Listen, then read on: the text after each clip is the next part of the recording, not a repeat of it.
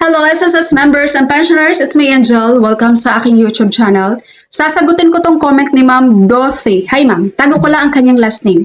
Sabi niya, Ma'am, meron ding members na after makabayad ng 120 months ay tumigil na sa paghuhulog.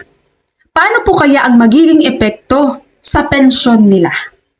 Kapag si member po ay naka 120 months contributions na sa SSS at tumigil na siya, nag-stop na siya ng hulog, kahit matagal pa naman siyang mag-retire or kaya bata pa naman siya, so matagal-tagal pa ang kanyang retirement age, ang magiging epekto po nito sa kanyang monthly pension, of course, hindi ganun kalaki ang kanyang monthly pension na makukuha. Baka nga mamaya minimum lang yan. Lalong-lalo na kapag ang nagiging contributions niya ay yung pinaka-minimum lang na hulog. So kapag gano'n, ang baba lang ng kanyang monthly pension. At guys, isa din sa babasihan or isa sa magiging factor kung gaano kalaki ang ating monthly pension ay kasama dito ang Credited Years of Service or CYS. Ano po ito? Ito yung kung gaano karami ang iyong contributions, kung gaano ka katagal naguhulog sa SSS. Ayan, nakita nyo yung nasa formula ng computation ng inyong monthly pension. Nandyan po ang CYS. Tingnan nyo itong nasa baba guys, itong minimum pension.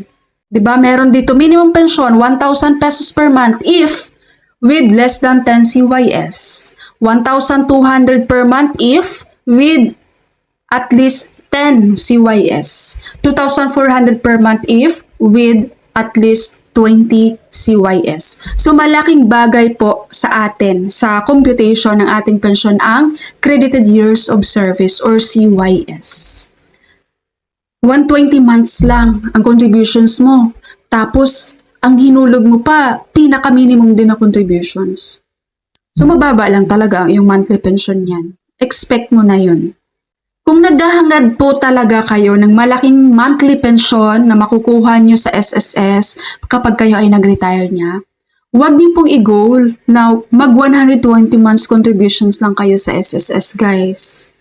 Huwag yung 120 months, sapat na yan. No, huwag po. I-continue nyo po. Kasi sabi ko nga po, isa rin sa magiging dagdag doon sa computation natin ang ating CYS. Kung gaano katagal at kung gaano karami ang ating hinuhulog sa SSS. Number of contributions. Tsaka ito pa ha, idagdag ko rin po ito. Maliban po sa magiging epekto na mababa lang iyong monthly pension kapag tumigil agad kayo ng 120 months.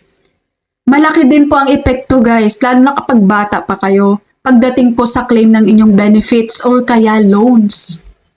Dahil possible po na hindi na po kayo magiging eligible sa mga benefits and loans pag kinakailangan. Halimbawa dito ikaw member, nagkasakit ka, possible na hindi ka makakapag-claim ng sickness benefits sa SSS. Dahil yung semester of sickness mo, yung mga months bago ang semester ng sickness mo guys, wala nang mga hulog kasi tumigil ka nga ng contributions. So wala kang makukuhang sickness benefits. Paano kapag isang babae ka din at nabuntis ka at nanganak ka? Yung qualifying months mo, wala rin contributions kasi tumigil ka ng hulog. So wala kang ma-avail ng maternity benefits, sayang naman. Paano kapag kailangan mo mag-salary loan, calamity loan, hindi ka rin eligible dahil tumigil ka ng hulog sa SSS. Pero syempre hindi naman kasi tayo pare-pareho ng status ng buhay, ng estado sa buhay, di ba guys? So I have no rights para i-judge kayo, lalong-lalo na sa panahon ngayon na napakahirap talaga. Grabe yung mga bilihin. So nasa inyo pa rin yan. At least, basta ako, ino-open ko lang sa inyo yung mga possible na mangyari, ano yung hindi maganda at ano yung pwedeng magandang mangyari sa inyo in the future. Alright po, SSS members. Sa mga naghahanap dyan guys ng pabango, ayan na. Available. And ang link ng mga to nandiyan sa description ng aking video. I-click nyo lang yan. Alright, so that's all for my video for today. Thank you so much for watching everyone. God bless you all.